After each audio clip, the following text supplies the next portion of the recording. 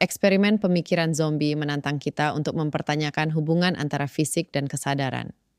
Dalam eksperimen ini, kita membayangkan makhluk yang secara fisik identik dengan manusia, namun tanpa pengalaman subjektif atau kesadaran. Ini memunculkan pertanyaan, apakah kesadaran bersifat metafisik atau non-fisik? Menariknya fisik dan kesadaran tidak selalu harus berpasangan. Kita bisa membayangkan entitas fisik tanpa kesadaran, seperti zombie dalam eksperimen ini. Namun, sulit bagi kita untuk benar-benar memahami atau membayangkan kesadaran tanpa manifestasi fisiknya. Yang bisa kita bayangkan hanyalah ekspresi dari kesadaran, bukan kesadaran itu sendiri. Kita melihat perilaku, reaksi, dan tindakan yang mengindikasikan adanya kesadaran, tapi kita tidak bisa langsung mengakses atau membayangkan pengalaman subjektif kesadaran orang lain. Ini menunjukkan bahwa hubungan antara fisik dan kesadaran masih menjadi misteri yang belum terpecahkan dalam filsafat dan ilmu pengetahuan. Konsep derajat kenyataan dapat kita pahami melalui sejauh mana sesuatu mempengaruhi persepsi kita. Semakin besar pengaruhnya terhadap indera dan kesadaran kita, semakin nyata keberadaannya bagi kita. Ambil contoh sebuah batu. Batu menjadi nyata bagi kita karena ia menghalangi pandangan kita tidak bisa melihat apa yang ada di baliknya. Lebih dari itu, ketika kita menyentuhnya, tangan kita tertahan oleh fisik batu tersebut. Batu menjadi sangat nyata karena mempengaruhi lebih dari satu indera kita. Sekarang mari kita bandingkan dengan alam mimpi. Meskipun tidak memiliki wujud fisik seperti batu, alam mimpi tetap memiliki derajat kenyataan tertentu. Ming Fu, karena sistem optimis berkreasi persepsi dan kesadaran kita selama kita bermimpi. Kita bisa melihat, mendengar, bahkan merasakan hal-hal dalam mimpi seolah-olah nyata.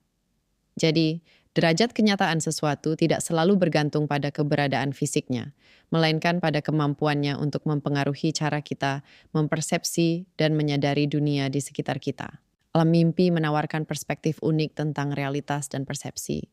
Ketika kita bermimpi, kita mengalami dunia yang berbeda, namun terasa sangat nyata. Sosok-sosok yang kita temui, peristiwa yang kita alami, bahkan emosi yang kita rasakan di alam mimpi memiliki dampak nyata pada kesadaran kita. Meskipun alam mimpi berbeda dengan realitas sehari-hari, ia tetap mempengaruhi persepsi kita. Saat terbangun, kita mungkin masih merasakan efek dari mimpi tersebut.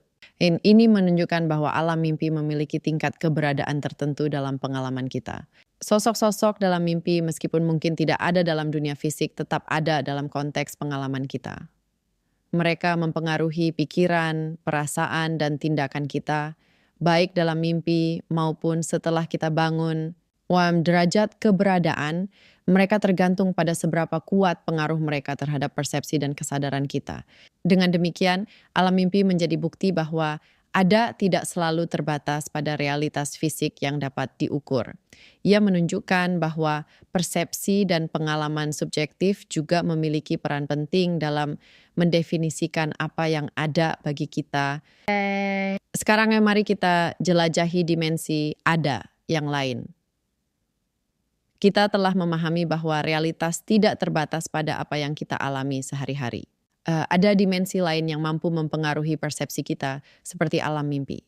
Dalam mimpi, kita mengalami realitas yang berbeda namun terasa nyata. Kita berinteraksi, merasakan emosi, dan bahkan membuat keputusan.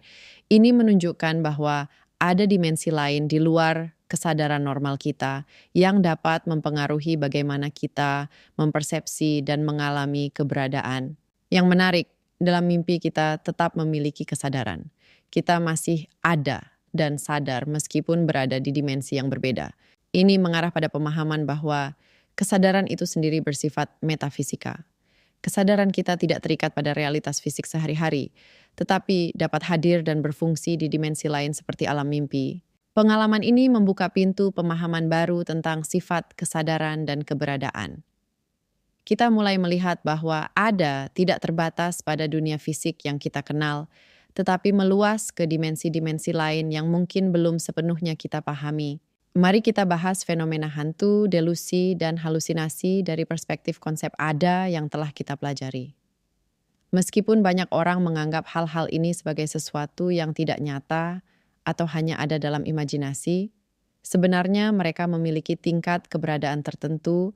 Ketika seseorang melihat hantu, mengalami delusi, atau berhalusinasi, pengalaman tersebut mempengaruhi persepsi mereka. Dalam konteks ini, fenomena tersebut menjadi ada bagi orang yang mengalaminya.